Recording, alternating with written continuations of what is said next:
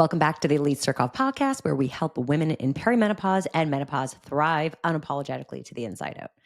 Okay, this is a topic that I am saying today, which is today, the date of the recording today is April 17th, and I am struggling. I'm just going to be so fucking honest because you're here because I'm real. I know that. That's what you say to me when we talk on the phone. So I'm just going to be real with you. I am struggling today. I'm on the brink of what I call very minor but familiar burnout. So I've just been working really hard in the business, working really hard at home, carrying a lot of load, and it's hard. Today feels really hard for me. And so I'm really excited to talk about this because I'm really saying this for myself as well, which is, what does 100% look like in perimenopause and menopause? And this is something that we talk to our clients a lot about. And my team and I actually go back and forth on this as well when we share our struggles, because that's what we do. We have a meeting every week. We obviously talk about work and our amazing clients, but we also talk about each other. How are you doing? We do check-ins with ourselves. We are really a tight family here at FFWE. And I would love to say that I'm not a victim to age and hormones, but I am. I'm 46. I'm on HRT.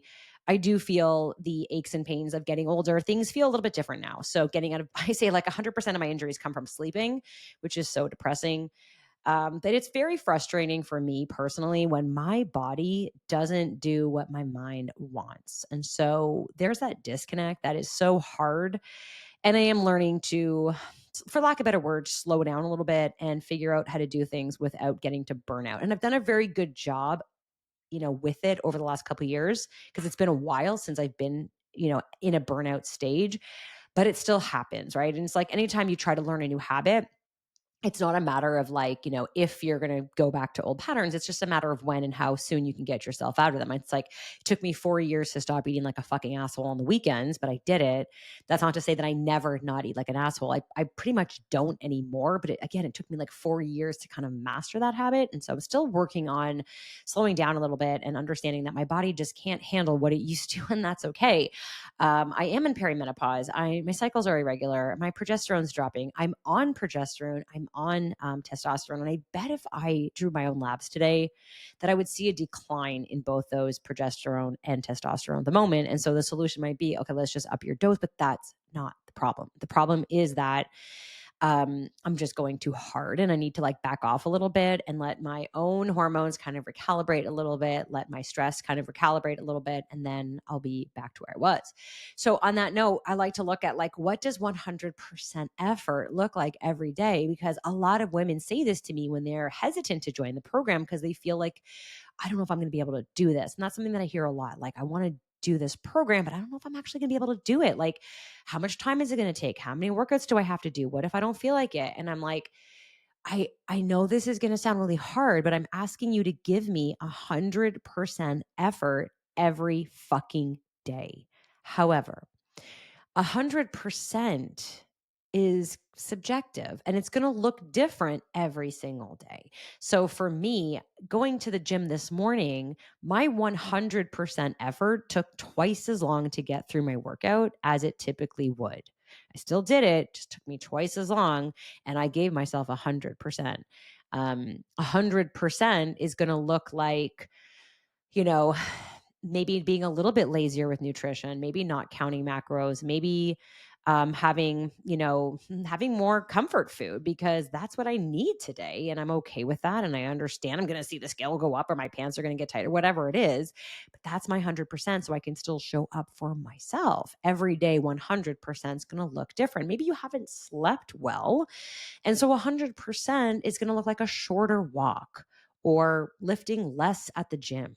But I remember I had a client way back in the day who, she came up with every fucking excuse to not do something. So we would meet weekly for check-ins. This is back in the day where I was like, we're going to meet every week. And, there's a lot of pressure on the clients. We don't do that anymore. But the client would say to me, she always had a reason for something. She was trying to avoid alcohol. And she's like, well, I couldn't say no because I was at a friend's house and it was Thanksgiving. And it's I couldn't say no, but I didn't really want it, but I had it anyways. And I was like, okay.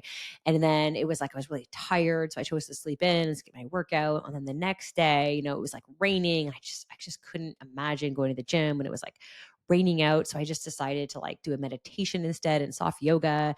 And I'm like, oh, okay, hang on a second. all right, like I totally get it. Listen to your body. I'm not going to tell you not to listen to your body. Please don't throw hate or shade at me because I'm telling you not to listen to your body. 100% listen to your body. Don't fucking give yourself every excuse to not do it. And if you are, part of our community or you've worked with us in the past, like you get results because you do. You're not going to get results for not doing something. So if you're looking for a pass as to why you can't do what you need to do not come into our community. That's not what we're about. We are about getting results. So when women will say to me or clients say to me, I'm just really tired, so I slept in and then, I just didn't feel like making my lunch, so I bought it today. I'm like, okay, so you're doing like 50% effort today. That's not what we're about. If you want to get results, you've got to be putting in the effort every day. And I've talked about the effort versus the outcome before on past podcasts, but this isn't about matching. This is about being subjective with what that effort looks like. I want you to give 100% every day. You don't get to show up less. However, that 100% might look like an A effort one day and a C effort the next day. And both of those are 100% of what your capacity is. And that's okay. So ask yourself today, like, what is my 100% today? You might even be able to look ahead and say, tomorrow, my 100% is going to look different because I've got to take kid to appointment, parent to appointment. I got a big work deadline. It might look different. And so you might say, I'm not going to make it to the gym tomorrow, but I am going to stop every 3 hours to go for a 15-minute walk. And I'm going to make sure that I, prepare all my meals in advance so I don't have to think about them, but they're going to be like macro balance. They're going to make me feel good. I'm going to stay, true to my nutrition. That might be 100%. Whereas another day it might be like, I am fucking traveling and I'm kind of eating a little bit lazy, but I'm going to get my workouts in. I'm going to get all my steps in. And that might be 100%. So you have to really ask yourself, what does 100% look like what does 100% look like today? And here's the really fucking hard part. And I just want to reach through my microphone and give you a big hug is that then you're going to get slammed with hormones. So you might wake up thinking, I'm going to give 100%. I'm going to go to the gym. I'm going to do all these things. And then like, you don't realize it, but you're in, your late luteal phase. Maybe you skipped a period. Maybe you don't have a period anymore. And your hormones are just like all over the place. Progesterone fell, testosterone is like 0, and you just have no drive. You just can't do it. Like getting out of bed feels like a struggle. And so you got the fuck out of bed. That's 100%. And you might be very frustrated because you're like, well, today was going to be 100%. I was going to do my workout and get my steps in, but I don't want to do anything. So I got out of bed and I made breakfast. Okay, congratulations, girl. You did it.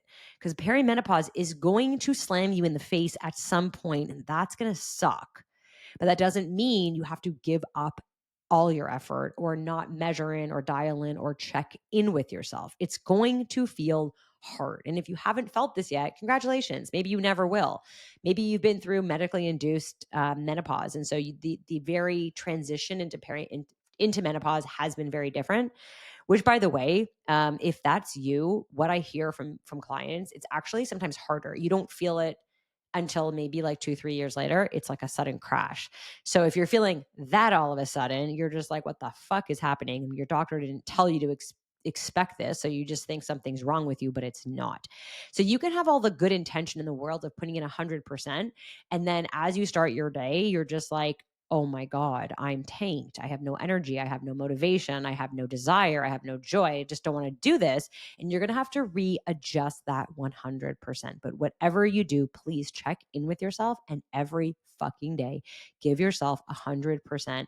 Measure what that looks like. It's going to change day to day. It might even change hour to hour. All right. I hope this landed well for you. And I hope that this helps. You can watch this on my YouTube channel if you want to see all my hand gestures. But please go ahead and share this with a friend, or better yet, leave me a review. Let me know how this lands for you. And I will see you on the next one.